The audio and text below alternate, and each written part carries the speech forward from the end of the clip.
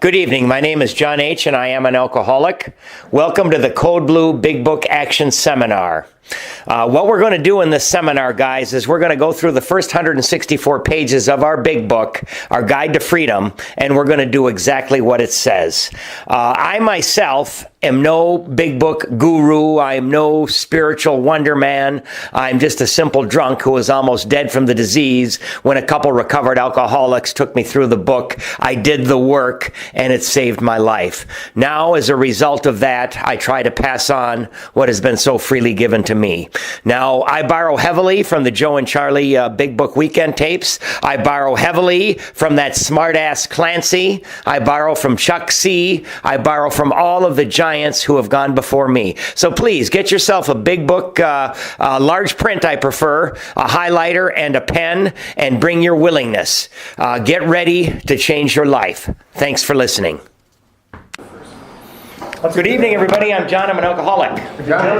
During the 1950s, a man by the name of Max C., now dead, started a group in Winnipeg, Manitoba called the Golden Slippers. The group was a back to the basics of the big book kind of group, especially for those people who could not stay sober for any length of time. The group took a bunch of chronic slippers and walked them through the steps, taking the action exactly as laid out by the first 100 men and women who wrote the basic textbook, Alcoholics Anonymous. This is not your typical thanks for sharing kind of AA meeting, nor is it like any seminar. Participants are asked to do all 12 steps as laid out in our basic textbook. One or more of the people who have done this work before will be guides to lead you through the instructions in our basic book using a dictionary published at about the same time as the book Alcoholics Anonymous to help us better understand the directions as they were written by the first 100 men and women. We ask every participant to commit to the entire process. Though we read and study the AA Big Book, this group is not limited to members of AA. We who have participated in these groups before have come to understand that these sessions make us much better sponsors. We can now lead people through the steps exactly as given to us by those who have gone before, unfettered and unchanged. In addition to being a boot camp for sponsors, we also feel this is especially valuable to those who have been through some sort of treatment or rehab and have been in effect left off at step 3 or 5. Recovery requires that we do all 12 steps. We recover in AA by taking the steps, and if we don't take the action as described in our basic textbook, we might not recover. These study and action sessions will guide you through the steps precisely as the first 100 men and women laid them down. These are back to the basics, accepting the simple kit of spiritual tools that's been laid at our feet. Let's open with a set-aside prayer. God, please let me set aside everything I think I know about sobriety, life, and you, so that I may be open to a new experience. Peace. All right, well, welcome everybody. And, if you haven't done, finished your fourth step and your fifth step, please, try to get it done in the next couple of weeks. It makes a huge difference no matter where you are in your sobriety. I don't care if you're sober 10 years, 12 years, 20 years. These steps, when you go through them formally, they are always going to meet you where you're at, and you're going to grow. I mean, there's no way that you can't grow when you go through them formally. Again, no matter where you are. We are now at steps 8 and 9, which is kind of a natural progression. Once we've gone through 4 and 5 and 6 and 7, steps 8 and 9, at least for me and for the people that I've sponsored, are a natural progression. I had one guy that was so eager. I mean, normally this doesn't happen, right? I mean, but he was so eager to feel, because he kept feeling better and better, that he started running out and making his amends without talking to me, which is a big no-no. You always have to get counsel. But as it turns out, everything worked out well for him, so he was lucky. For me, had to be pushed a little bit because I still had a lot of fear and apprehension about doing it. But with the guidance of a sponsor, it's something that we can do. And I think that if we want a good life and we want the promises, it's something that we must do. Some things when I was talking on step 9 a few weeks ago, and I was talking about some things that I heard when I first came into AA that didn't work for me. And it's funny, you know, because I probably heard the right things too, but I always hear the things that are going to let me do it the easier, softer way. That's just the way I think. You know, I had one guy say, all you got to do is put the plug in the jug. Right? I heard that. Another person said, just don't drink and go to meetings. And what I took that to mean is that I didn't have to get a sponsor. I didn't have to do any kind of work. All I had to do was sit in the back of the room and listen. And that almost killed me, that thing. Another guy said, join the sober softball team. I did. I had some fun. That didn't keep me from drinking. Didn't save me from drinking. I had another guy that said, John, call me if you want to drink. And you know, and unfortunately, what always happened is, if I want to drink, I ain't calling anybody. I'm just going to drink. You know, I'm not going to call somebody that might talk me out of it or try to. Another person said, hang around until the miracle happens. Right? And again, I mean, I kind of, in a snarky way, I said that if I would have followed that advice, I would have been hanging from a rope in my garage, right? And I almost was. Because again, that told me that all I had to do was sit in the back of the room and not do anything. And what would happen is I would go to the meetings and I would get some relief. I would get relief. But eventually my emotions would build up and they would build up and they would build up until I couldn't take it anymore, and I had to take a drink, because the way I saw the world and my fears and my anger, I needed the relief that I would get just by taking one or two drinks. I would drink and trigger the allergy and end up drunk all over again. You know, I had another person say, you can do it, right? You got the power, John. You can do it. Just say no. And you know, my power and my thinking got me nowhere. It got me DWIs. It got me in jail. It got me fired. It got me bad relationships with people and family. And you know, as it turns out, what I discovered is we need a power greater than ourselves. And you know, the power is God. And you know, a lot of people say you can't talk about God, you're going to drive the newcomer off. And you know, one of my sponsors said, well, he set me straight. He said, if you drive them off, whiskey's going to drive them right back in here, because they got nowhere else they can go. And maybe if they hear it enough, they're going to actually start to consider that maybe there is something a little bit stronger than themselves. I'm going to read, you guys don't need to get out your 12 and 12. I'm just going to read a little bit out of step 8. It says, first, we take a look backward and try to discover where we have been at fault. Next, we make a vigorous attempt to repair the damage we have done. And third, having thus cleaned away the debris of the past, we consider how, with our newfound knowledge of ourselves, we may develop the best possible relations with every human being we know. Right? That's tough, man. Every AA has found that he can make little headway in this new adventure of living until he first backtracks and really makes an accurate and unsparing survey of the human wreckage he has left in his wake. You know, when I went up north, right? I went up north, and you know, I'm a commissioned salesman, right? And I got back, and there was this gal, you know, and I mean, it's kind of weird that we got these rules and these laws about taking other people's deals and scooping. But this one gal, you know, we've never got along, and she took me to town. I'm thousands and thousands of dollars of commissions, you know, just happened to come in when I was gone, and then, you know, there was enough of a gray area where she could take just about all of them, right? And you know, I got to tell you, I'm getting better and better, because even like last year when I went on the trip, I mean, that was enough to keep me resentful for a good week, right? God, yeah, you know. And you know, this time, you know, it was like, well, you know, she's worried about making her mortgage, she's worried about feeding her kids, right? And I wasn't there, you know, and I kind of looked at it that way. And on Saturday, you know, when one of the big deals went out, And, some other people were saying, look what she did, right? Well, she came to me on Saturday and needed my help for something, right? Now, the old John would have said, you got a lot of nerve coming to me after what you've done. But you know what, man?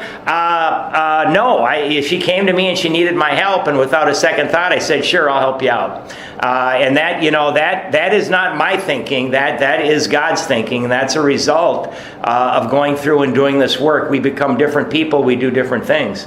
And I think step 8, I think the principle is brotherly love, if I'm not mistaken. So step 8 is a definite step. I'm dropping stuff all over here. It's a definite step. And I guess let's read the book first, and then I'll go to my notes. So we are on page 76. Page 76. And again, last week we read out of the 12 and 12, because 6 and 7, again, one of the paradoxes, 2 of the biggest steps where the change takes place, right? Where we try to cast out our character defects with God's help and to practice the opposite. 2 tiny little paragraphs in the book, but 2 of the biggest steps we can possibly take. And that's like dealing with Anna at work. I mean, that is a complete change in the way that I think. You screwed me over right and left, but you know what? I understand that you were just doing your job, and I wasn't here, and you need my help, and you're going to get it. I mean, that's a complete change in the way I think. So we have then completed step 7. By the way, once we one of the guys that isn't here tonight, Andrew, who got a new job, where we are going to be doing his 5th step on Friday. I hope, God willing, and little does he know that when we do the 5th step, right after that, we're going to be taking 6 and 7, and he's already got the list for step 8. So he's going to be making amends very quickly after that. So hopefully that's going to go good. We'll see. Now we need more action. So we're the 3rd paragraph. Now we need more action, without which we find, underline, that faith without works is dead. Okay? So that's, of course I Googled it. It's King James Bible, and I'm not even sure how you say it, but it's 2:14:26. I'm not a big Bible guy, but it's 2:14:26. And what that means, it's kind of like if somebody, somebody is in need, and I say to them, they don't have clothing and they don't have food. And I say, hey, go in peace and be warm and be filled, right? But I don't give them anything, right? I'm like, good luck, and here I am, I've got clothes and I've got food, but I don't give them anything, right? So faith without works is dead. We've got to do something. Let's look at steps 8 and 9. We're going to highlight the next 4 lines. We have a list of all persons we have harmed and to whom we are willing to make amends. We made it when we took inventory. We subjected ourselves to a drastic self-appraisal. Just highlight to there. Now next to we made it when we took inventory, right? Step 4 next to that. Okay, so they're talking about step 4. So we've got our list, right? And I grabbed one of these little sheets here, review of resentments. We've got review of fears. We've got review of sex harms. And remember, when we did the 4th step, many of the people on our resentment list ended up on our fear list, ended up on our harms list, on all 3. So when I made my list for step 8, I basically took every name and I just put it down, and then you can go through it with your sponsor, and maybe some can be eliminated. But he said you take them all and write them down, and we'll go through them one by one, and we'll cross out the ones that we think that we don't have to do. So that's how we get our list. And there may be some people when we go through our lives that aren't even on our 4th step. So we also want to just take a little bit of an extra look when we're making that list. And subjecting ourselves to a drastic self-appraisal, I got to tell you guys, that was something I never ever did and never wanted to do until I came in here out of sheer desperation and wanted a new way of life. Now we go out to our fellows and repair the damage done in the past. We attempt to sweep away the debris which has accumulated out of our, highlight to the end of the paragraph, out of our effort to live on self-will and run the show ourselves. If we haven't the will to do this, we ask until it comes. Remember, it was agreed at the beginning we would go to any lengths for victory over alcohol. Okay? So, next to we ask until it comes, write prayer next to that. Write prayer. And, we make the list, and we're not going to necessarily be willing to do it. So we're going to pray for the willingness. We're going to pray for the courage to do it. I just started sponsoring a young kid, and I did just what we do at Code Blue. We talked, and then I had him write out at the very front of his book, are you willing to go to any length for victory over alcohol and drugs? Because he was both a raging alcoholic and a drug addict, and I said, if you are, I want you to sign it and date it. So he signed it and dated it, and so, when we get to this point, I'm going to say, flip open to that and see what you signed, right? Any length, right? And that's why my sponsor did that with me, and that's why I do that here in Code Blue, and also with people that I sponsor on a one-to-one basis. Because, we're going to have to do some things that are going to scare us. Probably there are still some misgivings as we look over the list of business acquaintances and friends we have hurt. Underline to spiritual basis. We may feel diffident about going to some of them on a spiritual basis. Just that little bit there. And diffident, you can draw a little arrow. That means lacking self-confidence. Lacking self-confidence. And next to that, also write fear. Fear. We're going to be afraid. Let us be reassured, to some people we need not and probably should not emphasize the spiritual feature on our first approach. We might prejudice them. At the moment, we are trying to put our lives in order, but this is not an end in itself. Highlight the next two lines. This is a big one. Our real purpose is to fit ourselves to be of maximum service to God and the people about us. Okay, so highlight that, draw a little arrow up to the top and write main goal. That's the main goal of going through these steps and doing this work, right? I mean, obviously, we come here because we can't stop drinking and our lives are a mess, right? But when we do this work, we're going to find that there is something far greater than just getting off the sauce. And it tells us right here, our real purpose is to fit ourselves to be of maximum service to God and the people about us. Remember, the two most important days of your life are not when you're born and when you die. It's when you're born and when you figure out what your purpose is, right? What your purpose for living is. So next to that sentence, let's write, God kept us alive for a purpose. I mean, I don't know about you guys, but I drove in probably 10 cars that were totaled. Falling off of cliffs. I getting the hell beat out of me, thrown in jail. I can't tell you how many times that I'm so lucky that I am still alive. You don't need to write this. This is a fella named Chet told me this, because I was very afraid when my sponsor said raise your hand to sponsor other people. He told me that once you have worked the steps for the first time, you are the most qualified on the planet to help another alcoholic. Right? If you get somebody that's coming in here and they got 24 hours sober, they're not necessarily going to want to go to somebody who's got 10, 20, 30 years. They are going to feel maybe more comfortable with somebody who's got 1 year. Somebody who 1 year ago was living the hell that they're in right now. So he said, you are right now more qualified than you will ever be. Right? And he told me that right after I made a couple of amends in step 9. It is seldom wise to approach an individual who still smarts from our injustice to him and announce that we have gone religious. In the prize ring, this would be called leading with the chin.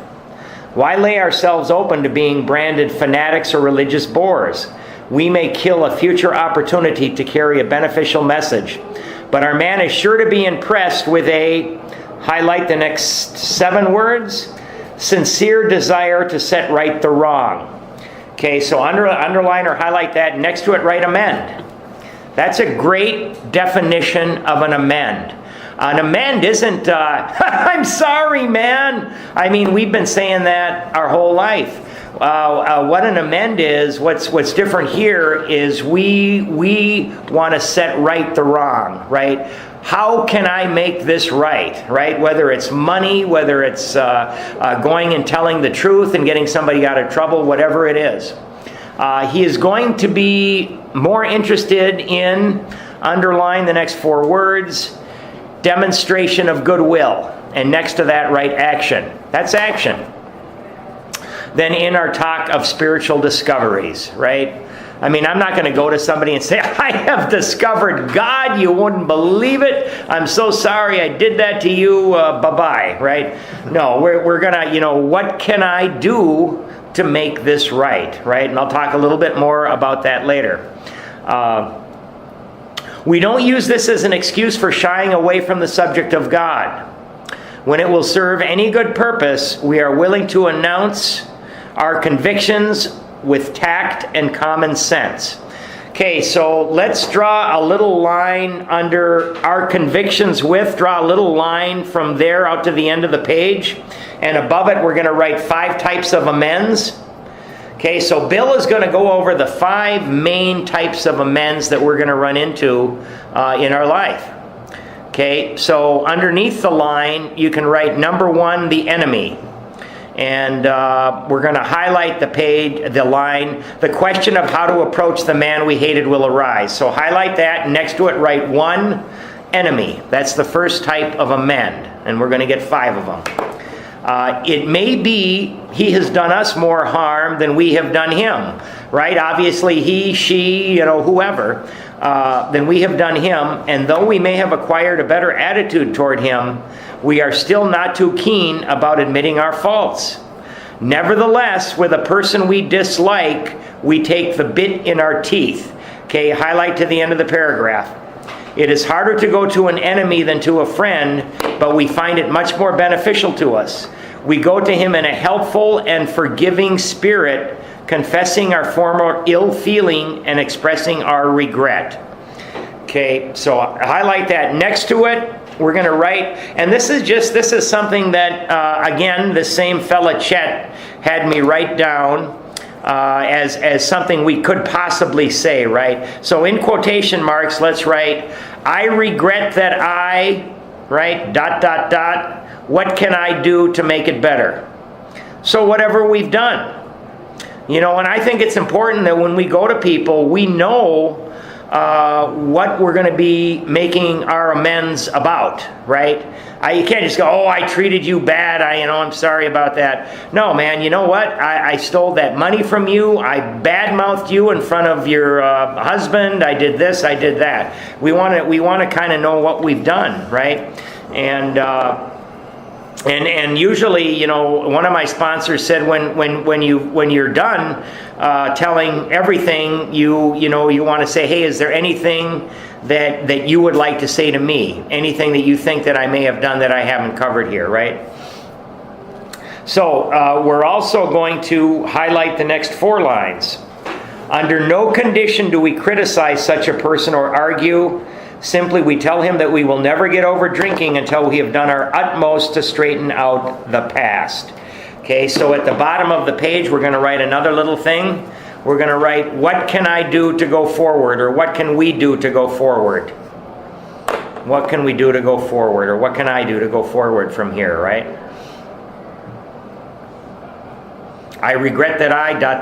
What can I do to make it better? What can I do to go forward? ? So these are just little phrases, and I kind of, some of us get really nervous and scared. So you know what, man? There's nothing wrong. I'm in sales, right? So what do we do on Saturday mornings, right? We role play, right? Somebody comes in, this is approach and greeting, needs probe, presentation, blah, blah, blah. Well, there's nothing wrong, particularly if oh my God, this is going to be so hard. It doesn't hurt to maybe role play a little bit, right? And to kind of know what you're going to say.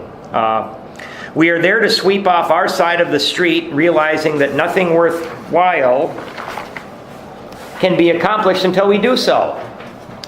Okay, highlight the next 3 lines. The next 5 lines. Never trying to tell him what he should do. His faults are not discussed. We stick to our own. If our manner is calm, frank, and open, we will be gratified with the results. And then highlight one more line. In 9 cases out of 10, the unexpected happens. Okay, so next to the first 3 lines on this page, let's write my side of the street. My side of the street. I wouldn't have done that if you wouldn't have done that. God, no, we're not going to do that, man. And then if our manner is calm, frank, and open, we will be gratified with the result. In 9 cases out of 10, the unexpected happens. Next to those 3 lines, write 9-step promises. Right? Those we're gonna read the other promises today, but those are our promises too. There was a fella that spoke at the bucket call-up meeting on Saturday night. And the guy was just like, he said, I can't believe it, man. He said, I'm in the midst of my 9-step right now, and my sponsor told me that the forgiveness of regular humans is unbelievable. And he said that just about everybody is going to be so happy that you've come to them and what you're trying to do with your life that it is going to be. And this guy was terrified, and he said, every one I've done so far has been exactly like that. He said, in my head, not one of them played out that way, but every one I've done, the people are saying, oh my God, you look so much better. You're doing so. Just don't drink and keep doing what you're doing. That if you do that, I'll be happy. I don't want your money. I don't want anything else. And he said he couldn't believe it because his mind told him that the exact opposite was going to happen, right? So in 9 cases out of 10, the unexpected happens. I'm not saying that on his next one he's not going to get it, right? Because that now and again that's going to happen too, but that's okay. So at the top of page 78, let's write must work on willingness. Must work on willingness. Write 6, 7, 8. 6, 7, 8, because that's where we're going to get our willingness. Must work on willingness. 6, 7, and 8. 6, 7, and 8. That's where we're going to get our willingness from. Whenever we're having problems with a step, we're always going to go back 1 or 2 steps, right? And rework them a little bit. And then we're going to be renewed to go forward. Sometimes the man we are calling upon admits his own fault, so feuds of years standing melt away in an hour. Highlight this little line. Rarely do we fail to make satisfactory progress. You can draw a little arrow from 9-step promise to that one too. Right? So they're telling us we're going to get some good stuff. Our former enemies sometimes praise what we are doing and wish us well. Occasionally they will offer assistance. It should not matter, however, if someone does throw us out of his office. Just highlight does throw us out of his office. Just that little line there. We have made our demonstration, done our part, it's water over the dam. So next to does throw us out of his office, we're going to write outcome of amend is not dependent upon the result. The outcome of amend is not dependent upon the result. Right? Get the hell out of here. I never want to see you again. I don't care if you're sober. I just get away. You know what, man? If I see that guy on the street, I do not have to cross to the other side. It tells me I'm not going to grovel. I'm not going to do this or that. My guilt, shame, and remorse vis-a-vis this person should be assuaged because I've gone to him with an open heart and I've tried to do what I can. He just didn't accept it, right? So there's nothing worse than when you see somebody and you got to hide from them. That's awful, man. Awful. Okay, so draw a little line under demonstration to the end of the page. And you can highlight most alcoholics owe money. We do not dodge our creditors. Highlight that, and next to it write creditor, amend number 2. Creditor, amend number 2. Most alcoholics owe money. We do not dodge our creditors. Creditor, amend number 2. Telling them what we are trying to do, we make no bones about our drinking. They usually know it anyway, whether we think so or not. Nor are we afraid of disclosing our alcoholism on the theory it may cause financial harm. Underline the next sentence. Approached in this way, the most ruthless creditor will sometimes surprise us. It's that little line there. Arranging the best deal we can, we let these people know we are sorry. Our drinking has made us slow to pay. We must, circle must, lose our fear, circle fear, of creditors no matter how far we have to go, and then highlight to the end of the paragraph or sentence. For we are liable to drink if we are afraid to face them.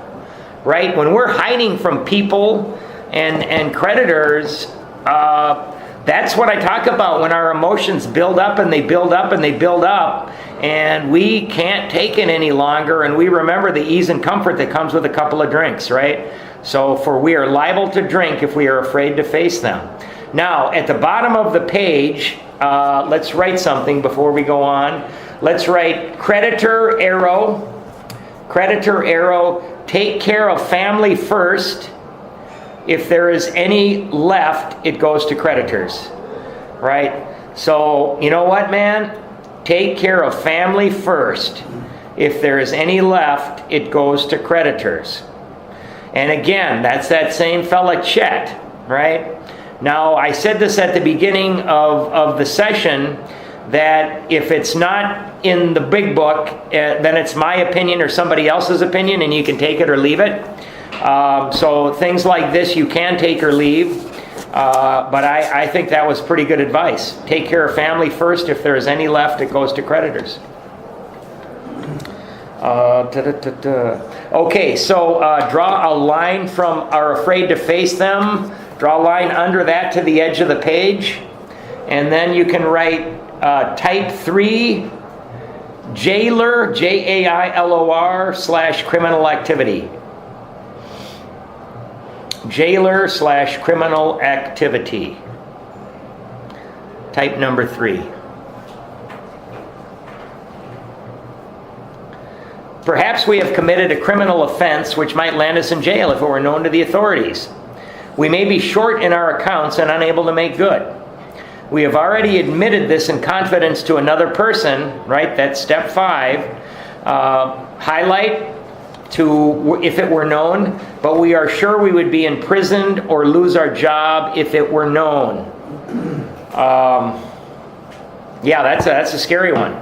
And I mean, I've heard tales of people that indeed have gone to jail and have lost their job, right? So you know what, man? We've got a family to support.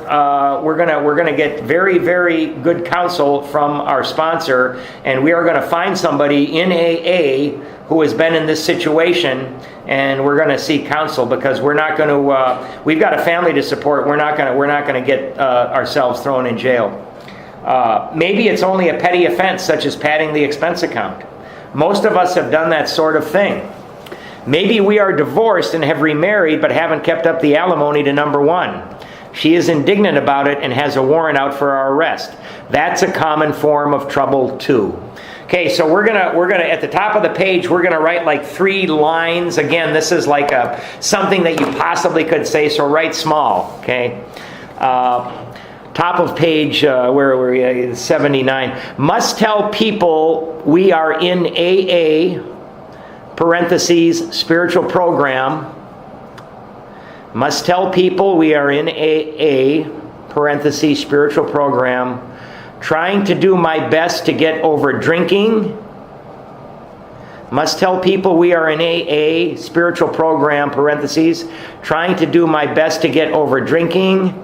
Being drunk made me a less than desirable friend, son, employee, spouse, What can I do to make it better? And then you can write no elaborate script. This is just something that somebody said, hey, these are things that might help you. Must tell people we are in AA, spiritual program, trying to do my best to get over drinking. Being drunk made me a less than desirable friend, son, employee, spouse, What can I do to make it better?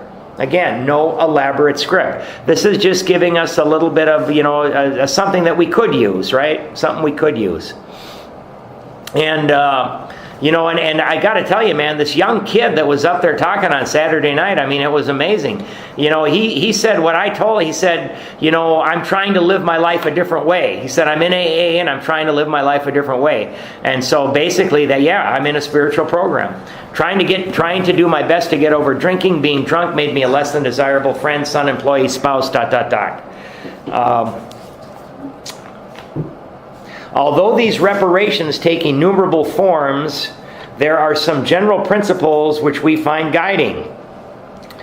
Highlight to the end of the paragraph. Reminding ourselves that we have decided to go to any lengths to find a spiritual experience, we ask that we be given strength and direction to do the right thing, no matter what the personal consequences may be. We may lose our position or reputation or face jail, but we are willing. We have to be, we must, circle must, not shrink at anything. So next to that, we're going to write 8th step prayer. 8th step prayer. Right? We're going to pray for willingness. We're going to pray for it. And again, man, this is, your 4th and 5th step, obviously, well, all of the steps, but the 8 and 9 are so important that you get the counsel from a good sponsor. And even more than your sponsor, again, if you're in a sticky situation, we're going to find somebody that actually has direct experience in that situation, right? Me being me, if I have no idea what the person is going through because I've never done anything even close to that, and well, here's what I would do, right? I know I can't do that. I've got to find somebody that has direct experience, right? Because, the way I live my life is if I didn't know the answer, I used to make it up. Well, it's probably right. Yeah. I came up with it. It's right? I knew everything, right? Remember? Usually, however, and I believed it, other people are involved. Therefore, we are not to be the hasty and foolish martyr who would needlessly sacrifice others to save himself from the alcoholic pit. A man we know had remarried. Because of resentment and drinking, he had not paid alimony to his first wife. She was furious. She went to court and got an order for his arrest. He had commenced our way of life, had secured a position, and was getting his head above water. It would have been impressive heroics if he had walked up to the judge and said, "Here I am. We," okay, underline we. So again, this is one of those areas where, people say, well, it doesn't say anything about sponsorship in the big book. Well, obviously here, he must have gone to these first 100 people or some of them that wrote the book and said, hey, what should I do, right? So we thought he ought to be willing to do that if necessary, but if he were in jail, he could provide nothing for either family. We, again, underline that we again, we suggested he write his first wife admitting his faults, and then underline admitting his faults and asking forgiveness. Underline that. He did, and then underline, and also sent a small amount of money. Okay? He told her what he would try to do in the future. He said he was perfectly willing to go to jail if she insisted. Of course, she did not, and the whole situation has long since been adjusted. So we're going to write something at the bottom of the page. Now, do you think he would have gotten that same response if he hadn't put any money in the envelope? Hey, man, I'm sorry, but I'm going to do better, right? But there's no money in there. So we're going to write forgiveness is the principle behind step 9. Forgiveness. Now, funny enough, I've heard this saying.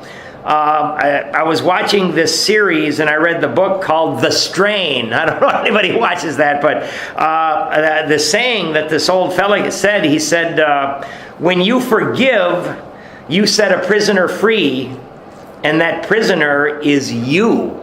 Right? Because when we're hanging on to resentments and hatreds, we are in a very, very bad way. And you know what? If we are able to forgive and we get rid of that crap, we become free to do whatever, and just to express our talents and just to live without that horrible feeling of anxiety and anger that is in there when we hold on to these things. So when you forgive, you set a prisoner free, and that prisoner is you. So, let's see.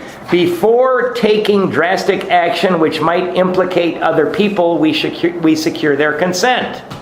Okay, highlight to the end of the paragraph. If we have obtained permission, have consulted with others, asked God to help, and the drastic step is indicated, we must, circle must, not shrink. Okay, so next to that we're going to write 9-step instructions.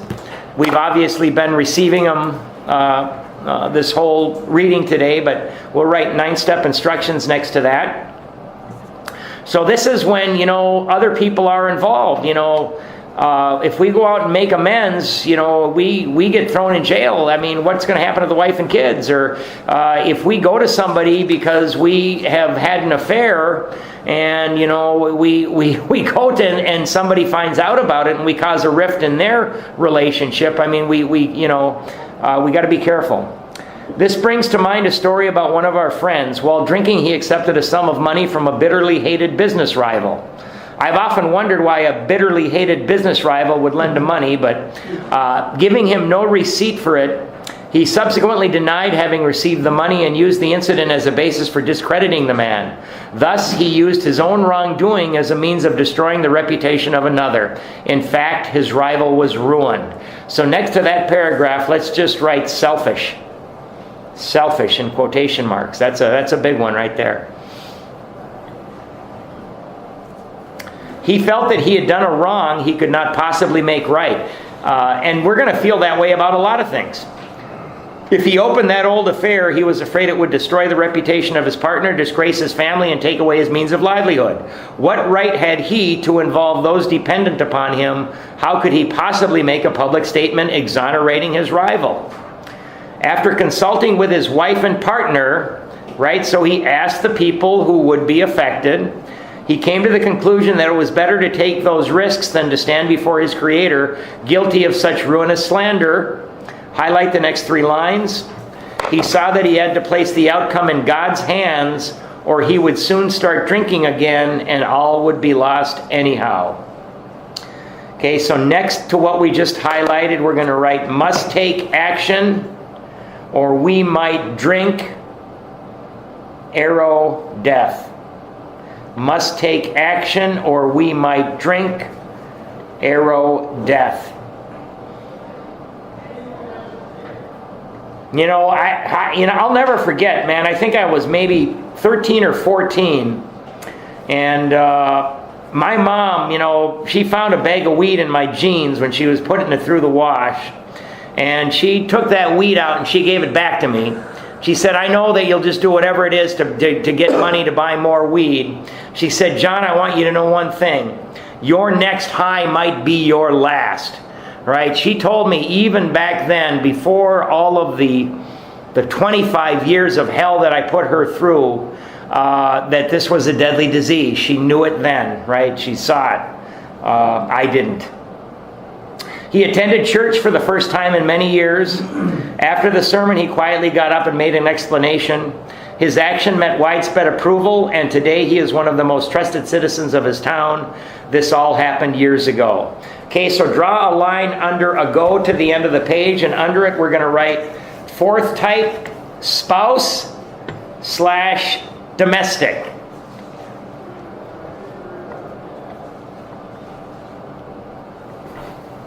All right. Spouse / domestic. The chances are that we have domestic troubles. Perhaps we are mixed up with women in a fashion we wouldn't care to have advertised. We doubt if, in this respect, alcoholics are fundamentally much worse than other people. But drinking does complicate sex relations in the home. After a few years with an alcoholic, a wife gets worn out. Underline, resentful and uncommunicative. Just underline those 3 words. Next to it, we're going to write Al-Anon. Al-Anon. I mean, I know that, you know what? I mean, almost everybody that I have directed to go to Al-Anon, because a lot of people at work have relatives that are addicted to pills or they're raging alcoholics. And I mean, I see people that are just full of resentment and seeming hatred. You know, one gal that I worked with, it was with her mother. And, you know, she says, lying, cheating, stealing, you know. And she was a relatively young gal with a couple of children. And I said, you know, man, you should go to Al-Anon. And because, you know, when you go to Al-Anon, another gal that I heard speak, she said the first time she walked into a meeting, she said she was told, this is for you. Right? She thought she was going to go there to learn how to handle her drunk, and perhaps they do that. But what they did is, this is for you so that you can get help and you can get relief, right? That's what it is, because somebody who lives with an alcoholic and is full of resentment and hatred and fear is also experiencing exactly what we are, right? And they have to go through these doggone steps and do the same thing we do. So direct them to Al-Anon. Direct them to Al-Anon. How could she be anything else? The husband begins to feel lonely, sorry for himself. And a lot of times, too, you can go to a club where the alcoholic goes to one meeting and then the spouse goes into the Al-Anon because they have dual meetings at the clubs, right? The husband begins to feel lonely, sorry for himself. He commences to look around in the nightclubs or their equivalent for something besides liquor. Perhaps he is having a secret and exciting affair with the girl who understands, right? Or the guy who understands. In fairness, we must say that she understands, but what are we going to do about a thing like that? A man so involved often feels, underline, very remorseful. Just that little bit at times, especially if he is married to a loyal and courageous gal who has literally gone through hell for him. So, you know, in step 4 and 5, we get rid of a lot of the fears and resentments that are chewing the hell out of us, but we still have a lot of the guilt, shame, and remorse. And that can drive us right back to drinking quicker than anything. Whatever the situation, we usually have to do something about it. If we are sure our wife does not know, should we tell her? Not always, we think, right? Again, right? They're giving advice. If she knows in a general way that we have been wild, should we tell her in detail? Undoubtedly, we should admit our fault. She may insist on knowing all the particulars. She will want to know who the woman is and where she is. We feel we ought to say to her that we have no right to involve another person. We are sorry for what we have done. Underline, and God willing, it shall not be repeated. Just underline that little bit there. So next to that, off to the right, we're going to write, when we make amends, we must never do the wrong again. When we make amends, we must never do the wrong again.